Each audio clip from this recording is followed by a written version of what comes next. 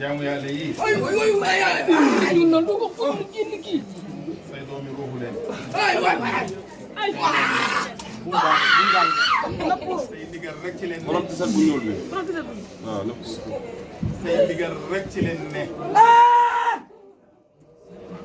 góor a jigéen yi nga xam ne ñi ngi fii ànd ak ñoom ñu dindi seen hijaab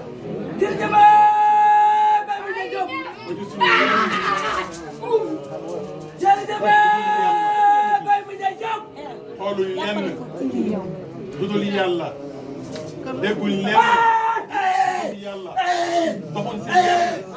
dudul yàlla bàyyiwul lenn dudul yàlla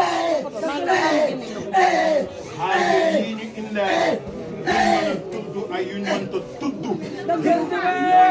nga ko yow Cheikh Hassan Deme dama am ku fi ñëw ànd ak teewu boobu noonu nga fas sa xol saa yu di jaar bi faj xaajoom si la gën a gaawee nekk na jàng Faatiha benn yoon nekk salaatul Faatiha nga tawassul si Yonent bi sallallahu alayhi wa sallam moom mi nga xam ne moo ñu fi dajale ñun ñëpp moom mi nga xam ne moo waxoon ne كنت نبيا مرسلا عارفا بنبوته وآدم بين الماء والتين لا آدم ولا الماء ولا التين ولا العرش ولا الكرسي ولا السماوات السبع ولا الأرضين السبع ولا الجنة ولا النار ولا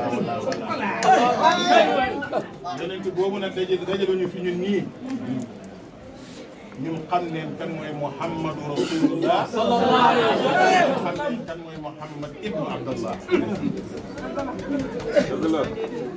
ñaar yooyu nag fekk yéen a ngi ànd ak ñaari soldaar yi Cerno yii nii ak bi dafay fekk. alhamdulilah.